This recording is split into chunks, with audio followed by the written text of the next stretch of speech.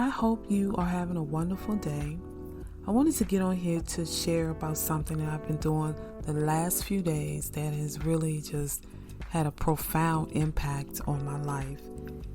I opened this up with the picture of Bob Proctor because he's the one that I got this from. And if you don't know who Bob Proctor is, just look up his information, Google his name. He was a dynamic self-help coach as well as a self-development coach, and he impacted millions and millions of lives literally all over the world.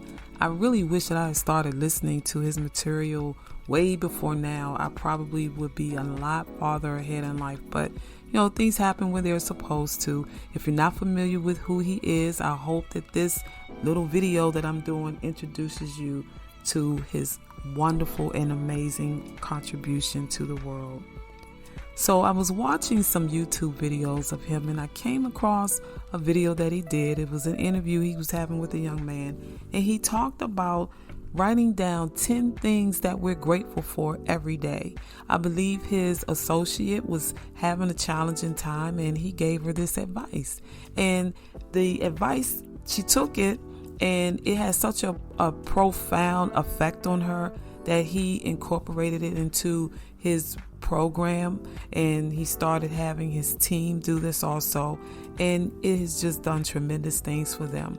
So as I was watching it, he advised us to do it, and so I figured, you know what, why not? I don't have anything to lose. Let me just go ahead and check it out. So I've been doing it now for like the last maybe 4 or 5 days, and for some reason today when I did this, something just really hit me. I don't know what it was. I can't explain it, but it was just powerful, so powerful that I felt led to come on here and just share this with you. So real quick, again, he said, write these 10 things down, 10 things that you are grateful for. I've been doing it, and I don't write the same thing every day. I think that may be why it felt so powerful too. I wrote down 10 things today that I just really thought about, and it was just amazing. That's another thing that he said. Make sure that you take your time when you're writing these things down and really feel it. Don't just arbitrarily write stuff. Take your time and really feel and get into the gratefulness of it. It will make a big difference. He also said to send love to 3 people that you don't like. I find that exercise to be interesting, I guess is the best word that I could use. But I think the purpose of that is to just kind of help us get over that feeling of frustration with that individual. So yeah, send love to 3 people that you don't like. And then I really like this when he said take 5 minutes to just spend in a quiet space and ask for guidance for the day. I think that that's really, really important.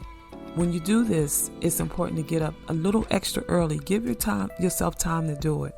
I set my alarm clock for an hour earlier, and I'm doing it every single day, just taking the time to spend 5 minutes and ask for guidance for the day. That way you won't be all over the place. You're guided from a higher being. Some call him different names. I say God, okay? And it helps your day and your life overall to be smoother. Bob Proctor said that this is a winning formula.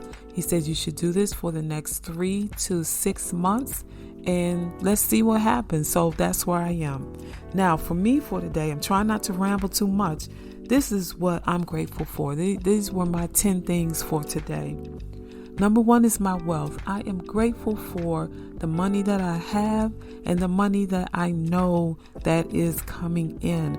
I have a plan to have at least $1 million in my account within the next, maybe 9 months. I shouldn't say I don't know, because I do know. Within the next 9 months. That is my goal. That is my plan.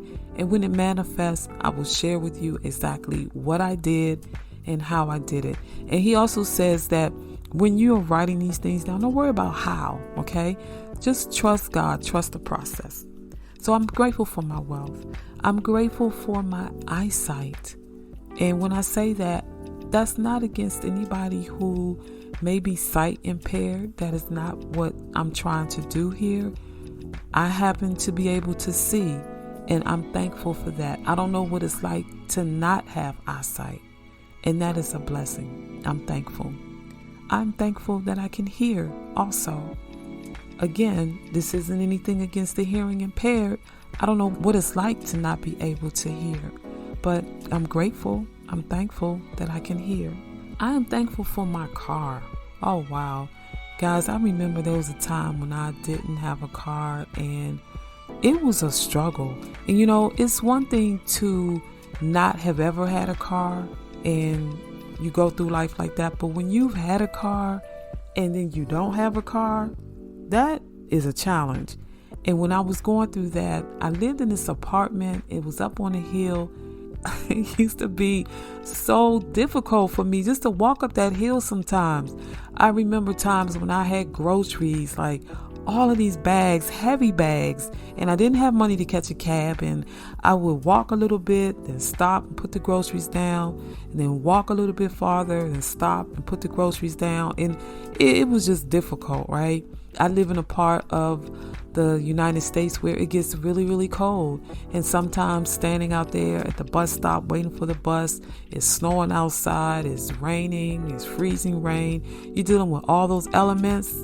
It wasn't fun. So yeah, I'm thankful for my car. I remember times too when I would call sometimes and ask people for a ride, and sometimes they'd be okay with it and sometimes they weren't, and I found that to be really frustrating. And I don't say that because nobody owes me anything. I got that. I get that. But yeah, those were just some tough times. So yeah, I'm thankful for my car. I'm also thankful for a bed, believe it or not. And I say that because, yes, there were times I didn't have a bed. A lot of people don't know this, but I went through a season where I was actually, I was homeless. My housing situation was unstable.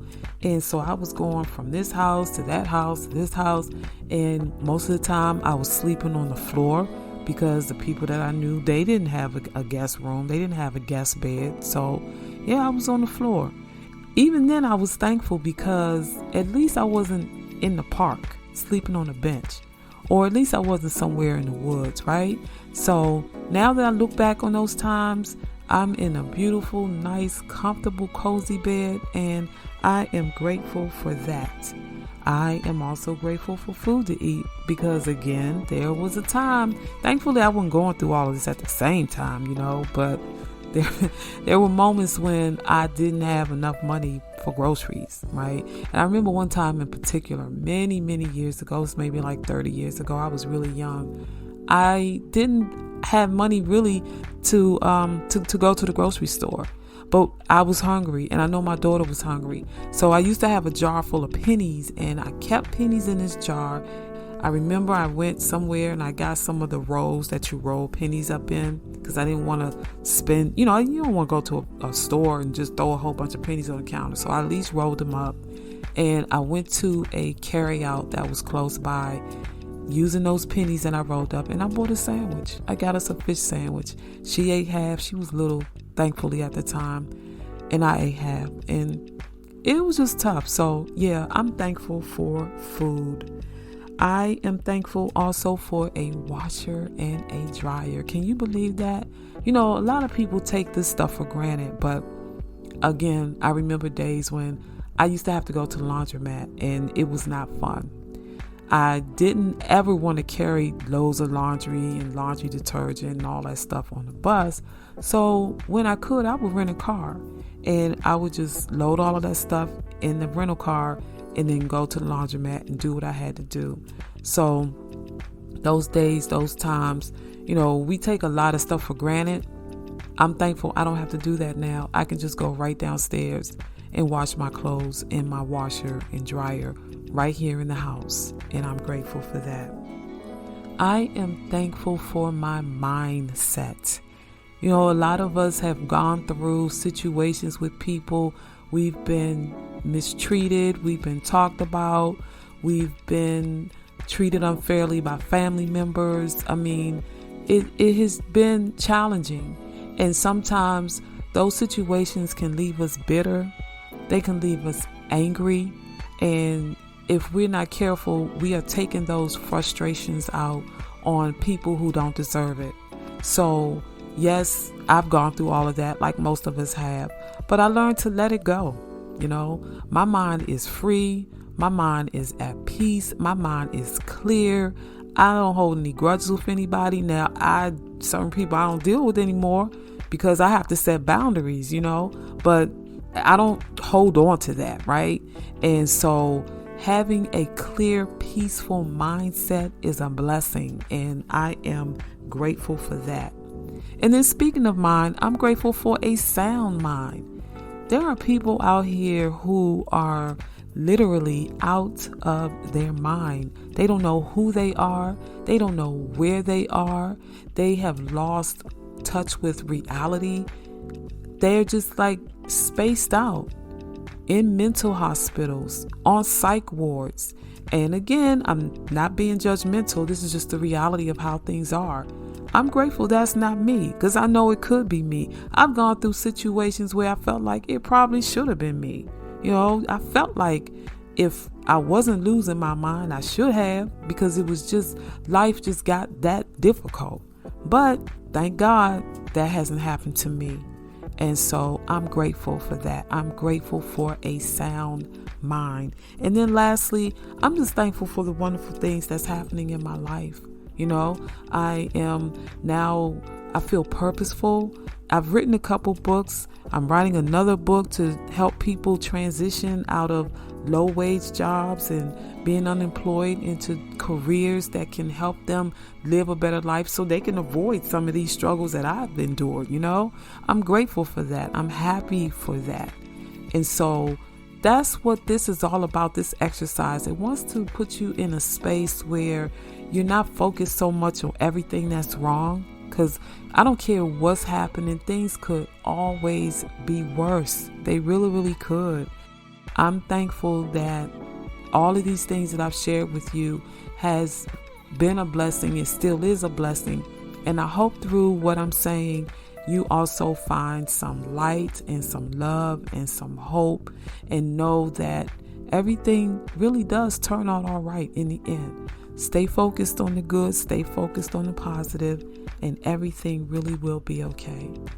Finally, if you are participating in this exercise, please leave some comments below. I would love to see how this is affecting you, if it's having as much of an impact on you as it did me. And also join me on my Facebook page, Welfare to Six Figures. We have a group there and I have a page there, and you can interact and leave some comments there too. We are all in this thing together. We're trying to do better. We're trying to live better. And I just want folks to know you're not alone, okay? Hope to hear from you soon. Bye-bye.